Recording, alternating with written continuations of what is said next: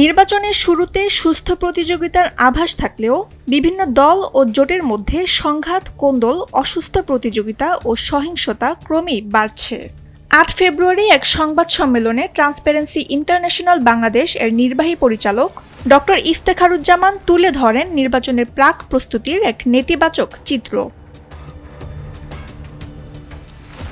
নির্বাচনে অর্থ, ধর্ম আর পেশিশক্তির ব্যবহার শুধু অব্যাহতই নেই, বরং আশঙ্কাজনকভাবে বেড়েছে অর্থ ও ধর্মের প্রভাব।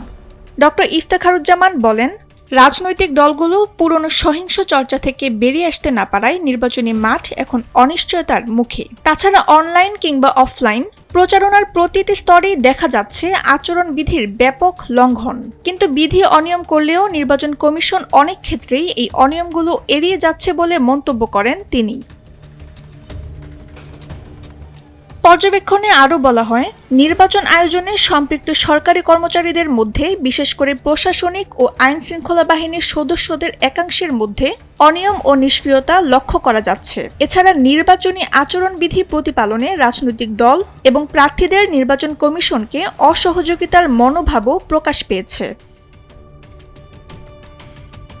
ডক্টর ইফতেখারুজ্জামান জানান, শান্তিপূর্ণ ভোট নিশ্চিতে আইনশৃঙ্খলা বাহিনীর পাশাপাশি রাজনৈতিক দলগুলোকেও দায়িত্বশীল হতে হবে। বিশেষ করে সংখ্যালঘু, নারী ও প্রতিবন্ধী সহ সকল ভোটারের নিরাপত্তা নিশ্চিত করা এবং ভোটের রায় মেনে নেওয়ার মানসিকতা তৈরি করা এখন সময়ের দাবি। নয়তো অস্থিতিশীলতার এই ঝুঁকি থেকেই যাবে।